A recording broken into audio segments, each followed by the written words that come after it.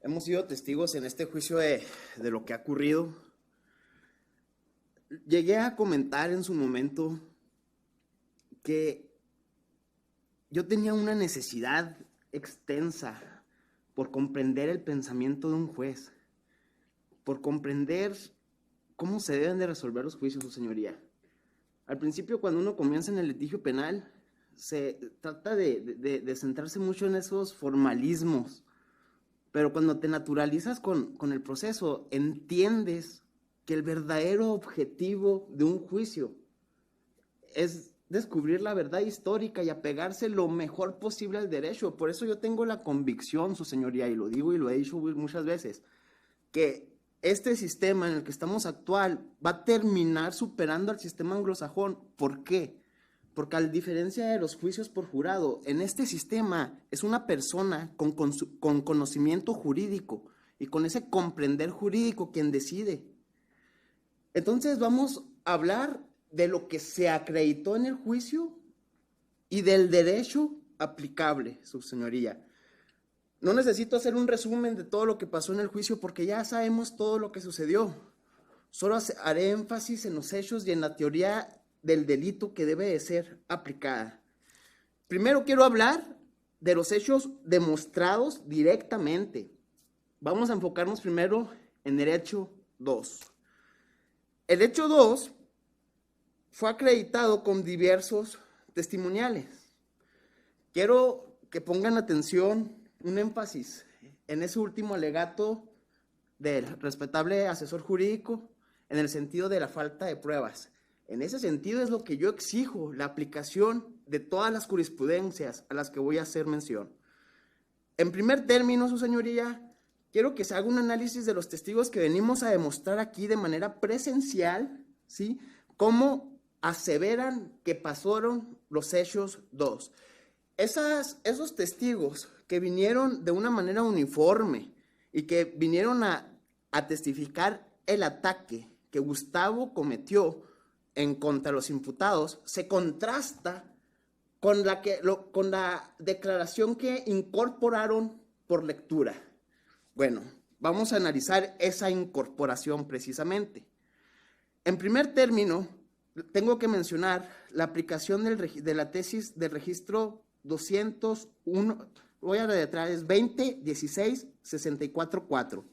De rubro Sistema Penal Acusatorio, las diferentes versiones de la declaración de una misma persona, inculpado, testigo o víctima, incorporadas al juicio como dato de prueba o prueba, al no ser medios distintos, sino uno solo, son susceptibles de valoración conjunta, con la posibilidad de sujetarlas al principio de contradicción.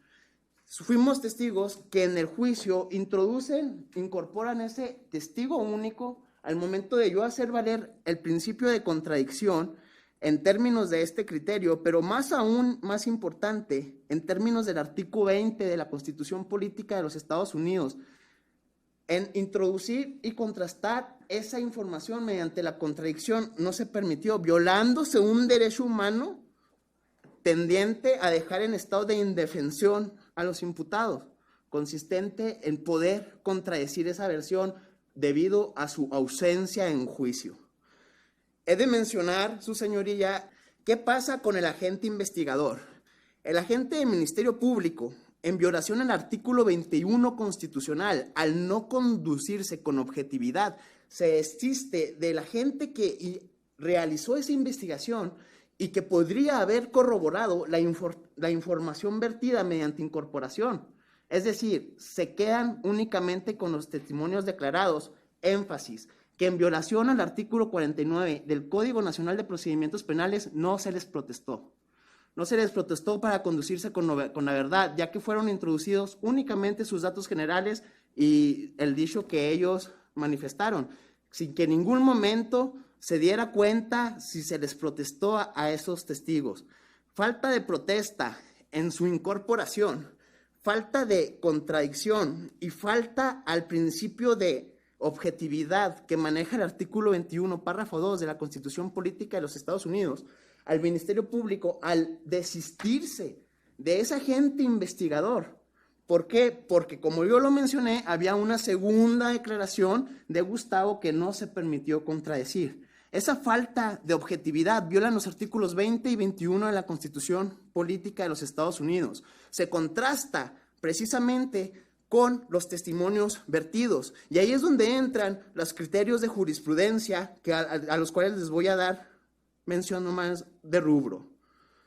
Registro de jurisprudencia 2016-036. Testigos único y singular en el procedimiento. Abogado, un segundo. De nuevo me da el registro, si está amable. Perdón, su señoría. Registro de jurisprudencia número 2016-036. De rubro. Testigos único y singular en el procedimiento penal. La diferencia esencial entre sus testimonios estriba, además del aspecto cuantitativo del declarante, en que el del primero puede verse corroborado con otros medios de prueba, mientras que el del segundo se encuentra aislado. Es decir, ese medio de prueba, esa investigación que debió de realizar el agente investigador, no fue presentada. Registro 20-18-95-2. Rubro indubio pro reo. Interpretación del concepto de duda asociado a dicho principio. Y aquí es donde entran los criterios principales aplicables al hecho número 2. Durante la teoría del caso, durante la presentación de los hechos, se hizo manifiesto de cómo Gustavo atacó el domicilio de los acusados, hiriendo a la mamá de ellos. El artículo 28, párrafo segundo, del Código Penal del Estado de Chihuahua, nos menciona que se presumirá que concurren los requisitos de legítima defensa respecto de aquel que causen un daño, lesione o prive de la vida a alguien a quien a través de la violencia, del escalamiento o por cualquier otro medio trate de penetrar sin derecho a su hogar o sus dependencias. Punto suspensivo. Motivo de ese artículo nace un criterio proveniente de los tribunales colegiados de circuito del estado de Chihuahua. Un criterio registrado bajo el número 165442, cuyo rubro expone presunción de legítima defensa. Para desvirtuarla, el Ministerio Público tiene que acreditar que quien produjo el daño no obró en derecha propia. El Ministerio Público tiene que acreditar que quien produjo el daño no obró en derecha propia. De la mano viene la tesis de jurisprudencia 1764-94, de rubro prueba insuficiente en materia penal, que nos menciona la mayor o menor exigencia de datos probatorios para tener por demostrado un hecho delictuoso y atribuirle su comisión a una persona, sobre todo cuando ésta la niega, se encuentra en relación directa con la cantidad de medios de prueba que, según la experiencia y naturaleza de ese hecho, pudieran haberse aportado para ese efecto. Desde luego, con las limitaciones numéricas que señala la ley adjetiva. Ello es así porque si no se allegaron estas probanzas, ello solo puede obedecer a que el hecho no existió, o que, siendo cierto, el órgano de acusación no cumplió con su deber de aportarlas. Por tanto, un argumento adicional que pueda apoyar el por qué las pruebas aportadas son insuficientes puede ser el de que, pudiendo haberse allegado de otras, de ser cierto el hecho delictivo, no se aportaron. Hace referencia a la carga probatoria del Ministerio Público. Tenemos el testimonio del perito Mundo, quien en Mundo nos revela que solo fue comisionado a investigar el hecho 1. Cuando le pregunto la importancia de la criminalística de campo, nos asevera que es para reunir esa evidencia material que podría concordar precisamente con las investigaciones ministeriales. Sin embargo, asegura que a él no se le comisionó a investigar el hecho 2, cuestión que es carga probatorio a cargo de la Fiscalía, de la Mesa de Acusación, tal y como nos dice esta tesis de Chihuahua y este criterio de jurisprudencia que su rubro, repito, prueba insuficiente en materia penal. En ese sentido, su señoría, traemos testigos que acreditan los hechos testigos que son contundentes en manifestar que no tienen una relación de amistad. La enfermera simplemente vio la casa en venta, debió de haber tomado la oportunidad por las condiciones en las que la compró y la adquirió. Ella asegura haber encontrado los indicios de un impacto de bala en el marco de la puerta. Son medios, a pesar de que era obligación del Ministerio Público, aportados por la defensa, que demuestran la veracidad de la teoría defensiva, ya que ella acredita el día en que sucedió, cómo es que atendió a la señora y justifica por qué no realizó ese informe médico. Eso fue debido precisamente al miedo, ya que ellos le dijeron que no sabían si aún lo estaban siguiendo. Su señoría, es importante mencionar las fallas en la acusación. El agente del Ministerio Público y el asesor jurídico pretenden que se considere precisamente a Giovanni en el hecho 1 como partícipe, como si hubiera tenido dominio de derecho. Hacen referencia al agravante de premeditación. Agravante que no fue mencionada en el escrito de acusación. La premeditación es la teoría del caso que ellos han estado defendiendo, asegurando que Giovanni los dice, existe premeditación, artículo 136, cuando se ejecuta la conducta después de haber reflexionado sobre el delito que se va a cometer. Ellos pretenden que se considere a Giovanni como coautor bajo la tesitura de la premeditación por tener codominio del hecho. Sin embargo, no lo hacen ver así en los hechos, y al alegar que Giovanni tenía conocimiento de los hechos, ahorita ya se están saliendo de los hechos de la acusación, lo cual es inconstitucional.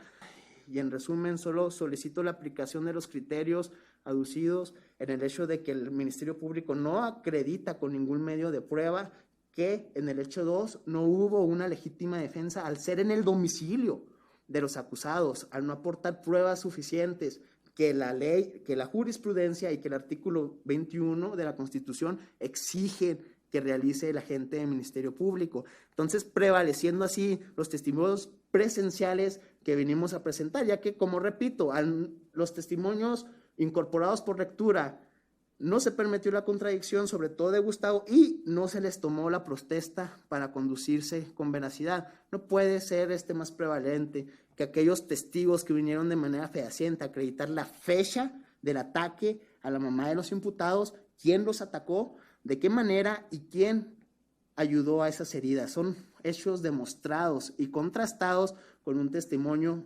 ilegal. En ese sentido, su señoría, solicito se aplica el derecho como corresponde, su señoría, sin meras especulaciones. Y recalco el juicio, la actuación del agente del Ministerio Público, violaron los artículos 20 y 21 de la Constitución Política de los Estados Unidos. Eso es tanto, su señoría. Gracias, agente del Ministerio Público. ¿Va a hacer uso de su derecho a réplica? Bien, asesor jurídico, ¿va a hacer uso de su derecho a réplica? Sí, muy breve. Adelante. En efecto, como lo refiere la Ministerio Público, apoyamos y nos adherimos al último alegato y precisar que, bueno, los argumentos que establece la defensa son especulativos por una parte. Dice el defensor que el Ministerio Público viola el 20 y el 21 en cuanto al principio de lealtad por haberse desistido de un medio de prueba. Pues la defensa se desistió como de 5. No podemos hablar de ese tema porque cada mesa tiene su teoría del caso y con independencia de la prueba se puede desistir sin ninguna repercusión de aspecto jurídica. Abogado defensor, ¿va a hacer uso de su derecho a dúplica? Gracias, juez. Sí, únicamente haciendo ver a manifiesta la gente del Ministerio Público que fueron incorporados los testimonios bajo las reglas. Bueno, el artículo 49 del Código Nacional de Procedimientos Penales exige la protesta. Ahora, que el asesor jurídico quiera vertir más datos de los que ya se han vertido, pues bueno, es ilegal. Tenemos demostrado aquí en juicio que en esa incorporación únicamente se tomaron los datos generales y su declaración, mas no se vertió información si los protestaron o no para conducirse con la verdad, requisito del 49 del Código Nacional de Procedimientos Penales. No se vale a decir, no, es que sí están, pero no los metimos, no. Hay que apegarnos a las reglas de litigación y al análisis de lo que sucede aquí en juicio. También hace referencia el asesor jurídico lo que sucedió en audiencia intermedia. El tema del descubrimiento probatorio fue ya resuelto por un juez de control, y el hecho de venir a vertir datos ya resueltos en audiencia intermedia también considero violatorios del proceso, toda vez que, de ser el caso de ser ilegal estos testimonios en audiencia intermedia, se hubieran desechado los testigos, lo cual no sucedió. En ese sentido, y por último, vuelvo a solicitar que sea aplicado el criterio de los colegiados de Chihuahua, que nos hacen referencia a que cuando es en el domicilio de los imputados, la presunción de legítima defensa, para desvirtuarla, el Ministerio Público tiene que acreditar que quien produjo el daño no obró en legítima defensa. Es decir, es carga del Ministerio. Y sin embargo, nosotros, bajo nuestros testigos de descargo, acreditamos que sí obró en legítima defensa al ser atacados por un ataque real inminente que ponía la vida de ellos en el domicilio de ellos. Cuestiones que no fueron desvirtuadas por ningún medio de prueba, únicamente un testimonio al cual no se permitió introducir su contradicción. Y al hacer ver, es distinto, el asesor jurídico, si bien es verdad, representa los intereses de sus defendidos, de las víctimas. El Ministerio Público no, el Ministerio Público representa los intereses de la sociedad. Es por eso que el haberse, ya que el artículo 21, párrafo 2, nos exige al Ministerio Público actuar con objetividad, el haberse desistido de la gente que realizó esa investigación, mismo que quedó certificado que vino en 2 días para el último desistirse de ellos, bueno, considero una falta a ese principio de objetividad que debe de guardar el Ministerio Público. Les repito, los intereses que defiende el Ministerio Público son de la sociedad, no de la teoría del caso del asesor jurídico. Entonces, al esconder ese otro testimonio, al no hacer ver ese otro testimonio, bueno, también se violan derechos fundamentales de los imputados. Eso es en contestación a los alegatos vertidos por la mesa de la acusación. Sostengo mi petición, su señoría. Es tanto. Bien, ya que ha concluido también la dúplica realizada por el abogado defensor, audiencia de alegatos y fallo. Esto es de acuerdo a lo que establece el artículo 401 del Código Nacional de Procedimientos Penales, luego de que este tribunal deliberó en forma privada, aislada y continua hasta llegar a este fallo. Por lo que es necesario hacer hincapié en el artículo 20 constitucional, apartado A, fracción séptima, y apartado B, fracción primera, ambos de la Constitución Política de los Estados Unidos Mexicanos, al establecer que toda persona acusada de un delito tiene derecho a que se presuma su inocencia, mientras el Ministerio Público no acredite más allá de toda duda razonable su culpabilidad, siendo que la duda siempre debe favorecer en este caso a los acusados, lo que se regula de manera concordante con el tercer párrafo del artículo 402 del Código Nacional de Procedimientos Penales. Y al respecto, la primera sala de la Suprema Corte de Justicia de la Nación ha establecido que en un escenario probatorio en el que coexisten pruebas de cargo y de descargo, no puede evaluarse si la hipótesis de la acusación está suficientemente probada únicamente a partir de la valoración de las pruebas de cargo. No debe perderse de vista que la duda razonable puede presentarse no solo cuando la prueba de la defensa haya sido fehaciente para demostrar la acusación defensiva, sino cuando a través de esas pruebas se cuestiona la credibilidad de las pruebas de cargo que sustenten la hipótesis de la acusación.